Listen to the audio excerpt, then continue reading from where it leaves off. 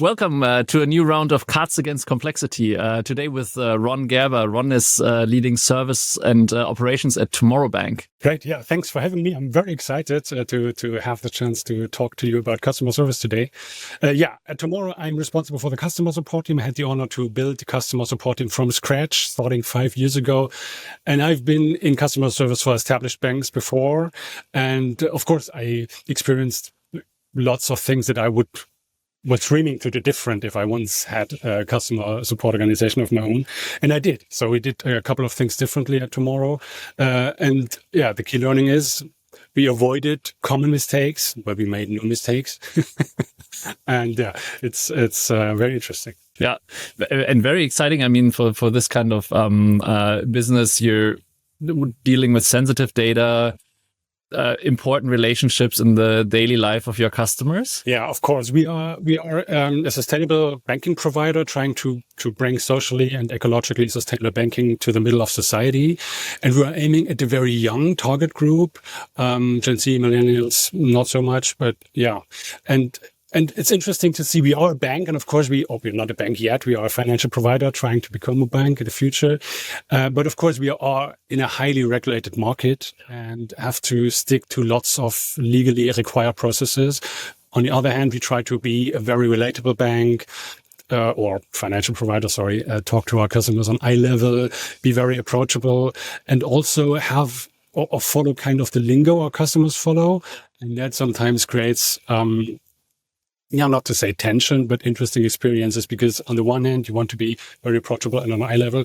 And on the other hand, you have to follow all those regulations that makes it interesting. Yeah. But also, if it's solved well, very powerful. I mean, Tomorrow is already a successful player in the German market and a successful product. And sustainability in banking is a combination probably that especially younger generations really go for, I can assume. Yeah, it's still surprising to me that many people, when they hear, sustainable banking, they're like, what is it still? It's still not in everybody's mind that also banking can be very much not sustainable and causing actual damage. But of course, the awareness that also sustainable needs to be sustainable is growing. And that's exactly when we come into place. Cool. Very exciting. Before we jump into what this means in today's customer service world, also impacted by AI, we will jump into a round of Cards Against Complexity. So for this, I'll share my screen and I'll get a deck made for you out of here. So we're playing Cards Against Complexity. For everyone who doesn't know that game, Cards Against Humanity, the idea is similar. We've got one card on the left where basically we have a sentence to complete, and then we've got three options for you. You got to pick one. I'm sorry to say. So a customer wants to open a bank account with Tomorrow Bank without leaving any carbon footprint. To do that, you exchange onboarding documents entirely through carrier pigeons, even if that takes weeks. You plant a tree for every step of the account verification process, which can sometimes be long, so it's plenty of trees. Or have the compliance team review the paperwork under candlelight to avoid using electricity. Okay, let me rule out the answers I cannot go with. First, we are not into the exploitation of animals, so the pigeons, leave the pigeons alone. Also, honestly, the compliance review is already taking too long, so we are not bringing the candlelight factor into place, which makes it even slower. Actually, we are not planting trees, but what we do with every payment is we restore wheelbarrows of ecosystem. Mm-hmm. So you can actually create positive impact with every card payment you do at Tomorrow. So I go for B, plant a tree for every step of their account verification process.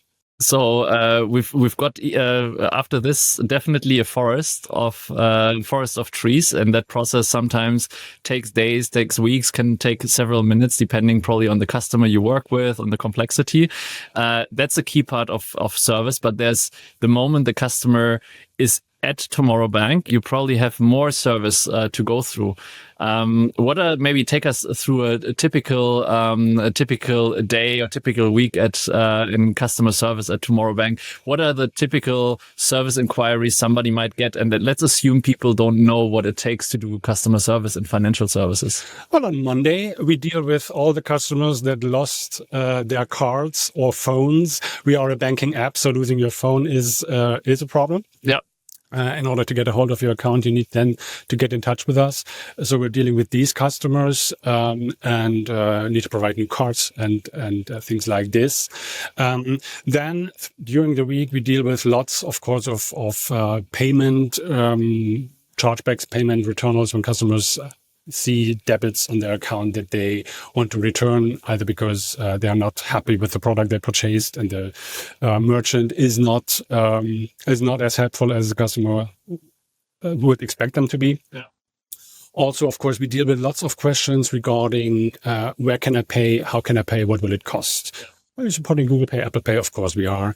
Can I use my card in Ghana, for example? I'm going on a big vacation. Of course you can, but still you should take another card with you. Never travel with only one card. I cannot stress that enough. Is it possible to migrate with my app to a new phone? Things like this. And of course, we then also have cases which are more time consuming and more individual. For example, customers with financial problems, with debt problems. Of course, this is also something we have to deal with on a daily basis. Customers that have run into seizures, unfortunately, or into private insolvencies. Also, these customers, of course, need our assistance and come to talk to us. And that's actually drawing the line between customer service that can be playful, that can be quick on the one hand, and those debt-related problems that need more attention and that have a lot more complexity to them on the other hand. And yeah, that kind of separates our customer service quite a bit. And that also, I mean, looking at it from a customer's perspective, like in my life, finance is important, right? Like it's in the end, for better or for worse, how the world works. And as I go through my personal life from school to work, first job, maybe getting a family, maybe retiring eventually. Yeah. You'll meet those customers probably along the way at every stage of their life. That must be very exciting. It is exciting, and also it is so much fun. And that's, I think, what unites everybody in customer service, to help customers, to see customers leave the customer support happy, having a good experience. And also, as we all know, it increases brand identification so much. If you know that once you had a problem, you could rely on your bank. They were there to help you.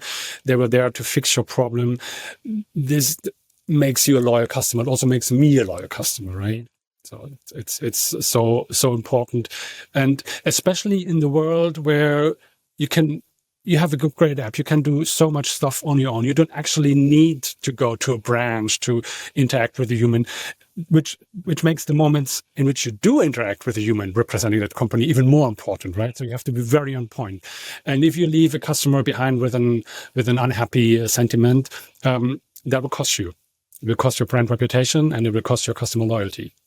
So those interactions are really, really important. And now we get AI everywhere, right? I mean, we're hearing this everywhere. AI is like, customer service is defined to be one of the first big playgrounds for AI. Everybody's trying this, testing it. What's your impression of where AI in the setting that you described can help, but where also maybe humans need to step forward? I was super thrilled when AI was stepping on the stage. I thought finally we found the Holy Grail, because there's so much strength AI holds for us. It's always friendly. It's always on point if you train it correctly, and it can be much more human-like than usual chatbots, for example, can. Yeah. For us, more than half of our customer requests are chats. We also have lots of emails, not so much calls, actually. That's also our target group, more text driven. And it's been quite a journey to see how much better customer support can get if you have a well-trained AI bot. Currently, we are not having an AI bot live yet. Yeah. Of course, we have a beta bot behind the scenes, but it still has kind of problems here and there, because while it can be very playful, feel very human-like. We also are still in banking, so we need to have answers that are on point, word by word. We are a highly regulated market, so we have to make sure that certain information has been given to the customer in that exact formulation, and that's something we are still working on, where we are not confident enough yet to go really live with it. But it will happen in the next couple of months, certainly. And also what we see is that while AI is helping the customer service agents so much to take workload off their shoulders, it also changes, of course, what customer support jobs are like, because the work that remains is the difficult work. It's a very, very different kind of work suddenly. Huh? I mean, you described already the importance of the relationship and the regulation that's impacting everyone already in your job. Now AI takes the, I assume, simple things away. Absolutely. The low-hanging fruits, the quick wins. Bye.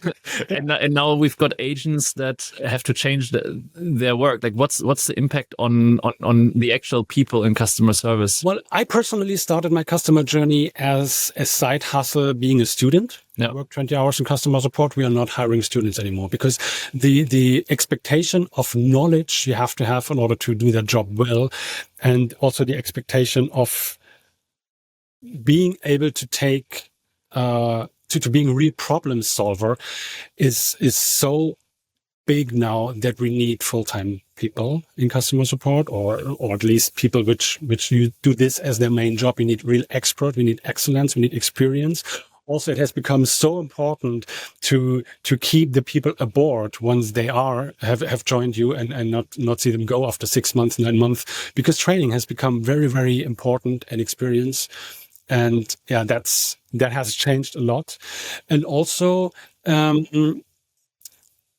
don't want to say bad stuff about our customers, but keeping the difficult work to humans means also that it's the more frustrating work. It's the work where technology does not work as expected.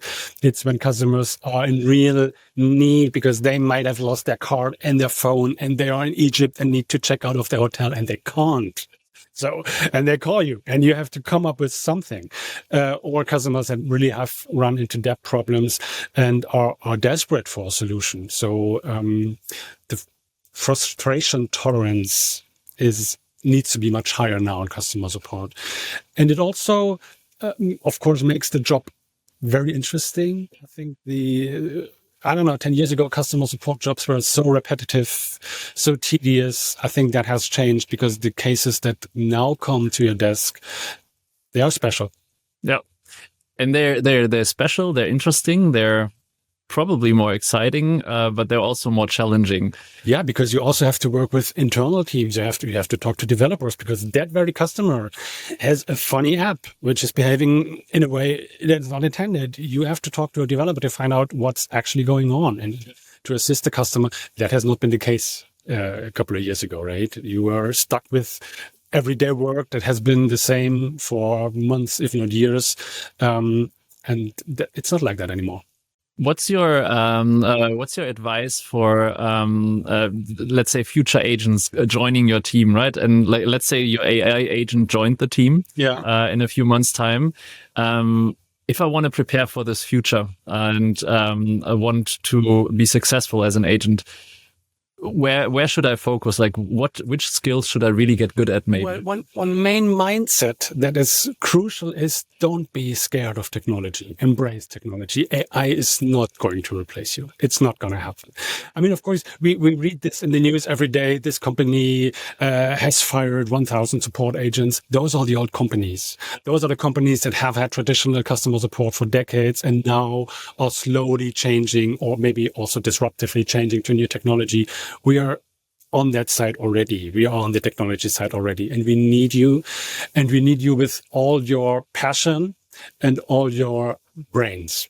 So tech savviness is, I think, one of the key features for customer support agent. And of course, still has always been important, will always be important, the love for the work with people and for people that need you. Because if you're scared of people, if you're scared of asking questions, if you're scared of telling customers, maybe you should try this, I'm not entirely sure if it works, has helped another customer. Maybe it works for you as well. If not, I have to go to talk to a dev and see if they can come up with another solution. Really being open for interaction with people is another crucial thing you should have. What else? No, I think tech savviness and love for people. That are the two crucial skills you should have. That sums it up. So tech savviness and love for people to succeed in the future where AI is coming, where it's helping, where it's probably enriching jobs. And in your very specific case in financial services at Tomorrow Bank, also giving agents the very complex jobs. Maybe just as a final note, like, is there any, like, for tech savviness or getting close to people, anything specific? Like, if I want to grab this one book or look at this one video or try this one tool, like, is there something you recommend typically to your new team members that they should check out? What we actually did is we bought a $10 license from OpenAI and stepped into creating own custom GPTs, it sounds technical. I was scared when my colleague Tillman approached me and said, yeah, you can go create your own GPT. I was I don't think I can, but you can. And it's so easy and it's so much fun to interact with technology in your normal human language and see that it responds and see what the limitations are, what also the capabilities and potentials are. I think I would invest 10 euros in an OpenAI license to use my own ChatGPT. Check out OpenAI, or I mean, there's others like Claude or so, like we're in terms of options, but get that one license. Yeah. Try out building an agent. Very, very hands-on. Thank you so much, Ron, for a great conversation. Really enjoyed this, and all the best for your journey at Tomorrow Bank. I mean, you built all of this from scratch over the last 5 years. There's lots more to come now in the world of AI. Oh yes. Thank you so much. It has been a real pleasure. Thank you.